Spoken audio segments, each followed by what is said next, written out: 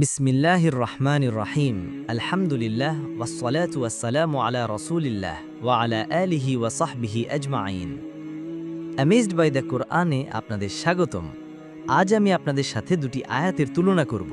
দুটি আয়াতই আল্লাহর পথে যুদ্ধ করা সম্পর্কিত এবং দুটি ইসলামের প্রথম যুদ্ধ বদরের যুদ্ধের প্রেক্ষাপটের সাথে সম্পর্কিত, যা নবী সাল্লাল্লাহু আলাইহি ওয়াসাল্লাম মদিনায় হিজরত করার পরপরই সংগঠিত হয়েছিল। এই আয়াতগুলোর একটি সূরা বাকারার এবং অন্যটি সূরা আনফালের। এটি আপনাদের একটি বিষয় মনে রাখতে সাহায্য করবে। দ্বিতীয় সূরা এবং অষ্টম সূরা উভয়ই বদরের যুদ্ধ নিয়ে আলোচনা করে। আচ্ছা, এখন তিনি আল্লাহ অন্যান্য কথার মাঝে বলেন, তিনি বলেন ওয়াকাতিলুহুম, তাদের সাথে যুদ্ধ করো, হাত্তা লা তাকুনা ফিতনাতুন, যতক্ষণ না আর কোনো ফিতনা বিশৃঙ্খলা অবশিষ্ট থাকে। ফিতনা মানে দুর্নীতিও বোঝায়, ঠিক আছে? ফিতনা হলো বিশৃঙ্খলা, যখন মানুষকে কষ্টে ও পরীক্ষায় ফেলা হয়। যতক্ষণ না এমন কিছু আর অবশিষ্ট থাকে, ওয়ায়াকুনা দীনুলিল্লাহ, এবং দিন আল্লাহর জন্য হয়ে যায়, বা ওয়ায়াকুনা দীনুলিল্লাহ, এবং ধর্ম এবং জীবন ব্যবস্থা আল্লাহর অন্তর্ভুক্ত হয়ে যায়। এটাই এই কথা তিনি সূরা বাকারাতে বলেছেন। একই ধরনের বর্ণনা সূরা আনফালে তিনি বলেন ওয়াকাতিলুহুম হাত্তা লা তাকুনা ফিতনাতুন, তাদের সাথে যুদ্ধ করো যতক্ষণ না আর কোনো ফিতনা, কোনো পরীক্ষা, কোনো দুর্নীতি না থাকে। ওয়ায়াকুনা দীনু কুল্লুহু লিল্লাহ, এবং দিন তার এন্টায়ারিটিতে সম্পূর্ণরূপে আল্লাহর জন্য হয়ে যায়। তাহলে এক জায়গায় তিনি বলেছেন দিন আল্লাহর জন্য হয়ে যায়, এবং অন্য জায়গায় বলেছেন দিন সম্পূর্ণরূপে আল্লাহর জন্য হয়ে যায়। এখন অদ্ভুতভাবে দুটি বদরের যুদ্ধের সাথে সম্পর্কিত, কিন্তু এটি আমি আপনাদের সাথে কয়েকটি কারণে শেয়ার করতে চেয়েছিলাম। আমি আপনাদের আল্লাহর পথে কখন যুদ্ধ করা বৈধ এবং কখন নয় সে সম্পর্কে লম্বা বক্তৃতা দিতে চাই না। এটি একটি দীর্ঘ বিষয়। এই বিষয়ে আমি অন্তত যে সহজ কথাটি বলতে চাই তা হলো, মুসলিমদের তাদের বাড়ি থেকে অন্যায়ভাবে বিতাড়িত করা হয়েছিল, এবং তারা এখন সেই বাড়ি থেকে বিতাড়িত হওয়ার পর পাল্টা লড়াই করার জন্য ন্যায়সঙ্গত, কোনো সহিংসতায় জড়িত না হয়ে যে বাড়ি থেকে তাদের বিতাড়িত করা হয়েছে তার জন্য লড়াই করার অধিকার তাদের আছে। এখন সেই প্রেক্ষাপটে মুসলিমরা তখন সংখ্যায় খুব কম ছিল, এবং তাদের প্রায় কোনো সামরিক সরঞ্জাম ছিল না, এবং 6 মাসের মধ্যে যে শত্রু তাদের পিছু ধাওয়া করে আসছিল তারা আসলে খুব শক্তিশালী এবং সুসজ্জিত ছিল, আকারে 3 গুণ বড়। এবং সেই মুহূর্তে আল্লাহ মুমিনদের বলছেন, তোমাদের তাদের সাথে ততক্ষণ যুদ্ধ করতে হবে যতক্ষণ না দিন আল্লাহর জন্য হয়ে যায়।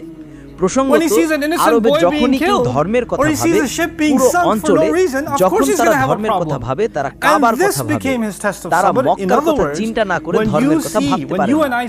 কারণ প্রত্যেকের মূর্তি, প্রত্যেক গোত্রের মূর্তি কোথায় থাকে? মক্কায়। সুতরাং যখন তিনি বলেন যে দিন আল্লাহর জন্য হয়ে যায়, তৎকালীন আরবের মানুষের জন্য এটা ভাবার মধ্যে কোনো পার্থক্য ছিল না যে দিন আল্লাহর জন্য হওয়া ততক্ষণ সম্ভব নয় যতক্ষণ না মক্কা আল্লাহর জন্য হয়ে যায়। এটা হতে পারে না। এখন তারা যুদ্ধে লিপ্ত হচ্ছে, এবং আল্লাহ বলছেন, হ্যাঁ তোমরা যুদ্ধ করছো কারণ তোমাদের ঘর থেকে বের করে দেওয়া হয়েছে, তোমরা যুদ্ধ করছো কারণ তোমাদের উপর অত্যাচার করা হয়েছে, কিন্তু তোমরা বোঝো তোমরা ততক্ষণ যুদ্ধ চালিয়ে যাবে যতক্ষণ না এই ঘর ভাগ কাবা পবিত্র হয়। তোমরা ততক্ষণ যুদ্ধ চালিয়ে যাবে যতক্ষণ না কাবা তার আসল অবস্থায় ফিরে আসে, ইব্রাহিমের উত্তরাধিকার হিসেবে। সুতরাং তাদের সাথে যুদ্ধ করো যতক্ষণ না আর কোনো বিশৃঙ্খলা থাকে। এখানে বিশৃঙ্খলা কি? এটি হলো দুর্নীতির বিশৃঙ্খলা, যা মিথ্যা ধর্ম থেকে ছড়িয়ে পড়ে। তোমাদের এই অঞ্চলে এই মিথ্যা ধর্মগুলো থেকে পরিত্রাণ পেতে হবে। ওয়ায়াকুনা দীনু লিল্লাহ, এবং দিন অবশ্যই আল্লাহর জন্য হতে হবে। যতক্ষণ না দিন আল্লাহর জন্য হয়, ধর্ম আল্লাহর জন্য হয়। এখানে মজার বিষয় হলো, বাকারার এই আয়াতটি বদরের যুদ্ধের আগে নাজিল হয়েছিল। এটাই পার্থক্য। মূল পার্থক্য হলো এই আয়াতটি বদরের যুদ্ধের আগে নাজিল হয়েছিল। মুসলিমরা তখনও জানে না যে পরিস্থিতি কেমন হবে, এবং তাদের আগেই বলা হচ্ছে তোমরা ততক্ষণ যুদ্ধ চালিয়ে যাবে যতক্ষণ না সবকিছু, যতক্ষণ না দিন আল্লাহর জন্য হয়ে যায়। এরপর তারা বদরের যুদ্ধে অংশ নেয়, এবং আল্লাহ তাদের বদরের যুদ্ধে বিজয় দান করেন। সম্পূর্ণ অসম্ভব পরিস্থিতিতে মুসলিমদের বিজয় দেওয়া হয়, এবং তারপর আল্লাহ আবার মন্তব্য করেন এবং বলেন, মনে আছে আমি তোমাদের বাকারাতে কি বলেছিলাম, আমি তোমাদের আবার বলছি, তাদের সাথে যুদ্ধ করো যতক্ষণ না আর কোনো ফিতনা এবং দ্বীন তার এন্টায়ারিটিতে আল্লাহর জন্য হয়ে যায়। এখন মুসলিমরা যখন বদরের যুদ্ধে বিজয়ী হওয়ার পর সম্পূর্ণ শব্দটি শুনে তারা বলে হ্যাঁ সম্পূর্ণ। এখানে এক ধরনের অনুপ্রেরণামূলক বক্তব্য আছে সূরা আনফালে, যেখানে মুসলিমরা এখন ক্ষমতায়িত এবং তারা বুঝতে পারছে যে আল্লাহ যদি শুরুতে বলতেন দ্বীন সম্পূর্ণরূপে আল্লাহর জন্য হতে হবে, ভীতিকর হতো। কিন্তু এখন যেহেতু তারা ফলাফল দেখেছে, তারা আল্লাহর সাহায্য আসতে দেখেছে, তাদের ঈমান শক্তিশালী হয়েছে, তারা দেখছে তারা কিছু অর্জন করতে পারে। আল্লাহ আসলে মানদণ্ড বাড়িয়ে দিয়েছেন এবং বলছেন শুধু দ্বীন আল্লাহর জন্য নয়, এর সবই আল্লাহর জন্য। আমরা পুরো অঞ্চলকে শিরক থেকে পাক করব, আমরা এটাই করতে যাচ্ছি। বুঝছেন, এখানের মূলনীতি যেটা আমি তুলে ধরতে চাই, যা এর থেকে বেরিয়ে আসা সোনালী নিয়ম হলো, আমাদের অবশ্যই মানুষকে অনুপ্রাণিত করতে হবে, কিন্তু আমাদের তাদেরকে এমন ভাবে অনুপ্রাণিত করা উচিত নয় যাতে তারা ভীত হয়ে পড়ে। আমরা এই বছর পৃথিবী বদলে ফেলবো, একটু শান্ত হন, মাইল ফলক রাখুন, নিজের জন্য একটি লক্ষ্য ঠিক করুন, একটি লক্ষ্য ঠিক করুন, সে সম্পর্কে বাস্তববাদী হন, মানুষকে সেই লক্ষ্য অর্জনের জন্য অনুপ্রাণিত করুন। এবং যখন তারা সেই লক্ষ্য অর্জন করে, তখন তাদের একটি বৃহত্তর দিগন্তের সাথে পরিচয় করিয়ে দিন।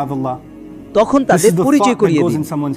মানুষকে একবারে পুরো দিগন্ত দেখিয়ে ফেলবেন না, না, তাদের একটি মাইল ফরওয়ার্ড দিন, এটা করুন, এর উপর মনোযোগ দিন, এটা অর্জন করুন। এবং যখন তারা তা অর্জন করে, তখন তাদের বৃহত্তর ছবিটা দেখান। বুঝছেন? এবং এটি সত্যি সত্যি গুরুত্বপূর্ণ, কারণ আপনি যখন সারাক্ষণ বড় ছবি নিয়ে কথা বলেন এবং আপনার সামনে যা আছে তা নিয়ে কথা বলেন না, তখন আপনি শুধুই বড় ছবি নিয়ে কথা বলতে থাকেন এবং কিছুই করতে পারেন না। সবকিছু অলিক কল্পনা হয়ে থাকে। আপনার তাৎক্ষণিক লক্ষ্য এবং দীর্ঘমেয়াদী লক্ষ্য দুটোই থাকতে হবে। এবং ইনশাআল্লাহ যখন আপনি কিছু তাৎক্ষণিক লক্ষ্য অর্জন করবেন, তখন আপনি আরো ক্ষমতাবান এবং আত্মবিশ্বাসী হয়ে উঠবেন যে আপনার পরিবর্তন আনার ক্ষমতা আছে এবং কিছু করার ক্ষমতা আছে। আপনি উল্লেখযোগ্য উন্নতি করেছেন, এটা অবশ্যই বড় লক্ষ্যের তুলনায় কিছুই না। বদর তো কেবল শুরু, সামনে আরো অনেক চ্যালেঞ্জ আছে, কিন্তু আপনি এখন ক্ষমতাবান বোধ করছেন যে এটা এমন কিছু যা করা সম্ভব। এবং তাই আল্লাহ আরো অনুপ্রেরণা দেন, বলেন যে দিন সম্পূর্ণরূপে আল্লাহর জন্য হতে হবে। আল্লাহ আমাদের ভালো পরিকল্পনাকারী এবং ভালো স্বপ্নদ্রষ্টা বানান, যাতে আমরা নিজেদের এবং আমাদের চারপাশের মানুষের জন্য এমন ভাবে লক্ষ্য সেট করতে পারি যা একদিকে বাস্তবিক এবং অন্যদিকে খুবই উচ্চাকাঙ্ক্ষী। যখন তুমি কোনো কিছুর জন্য আকাঙ্ক্ষা করবে, তখন বড়ই করবে।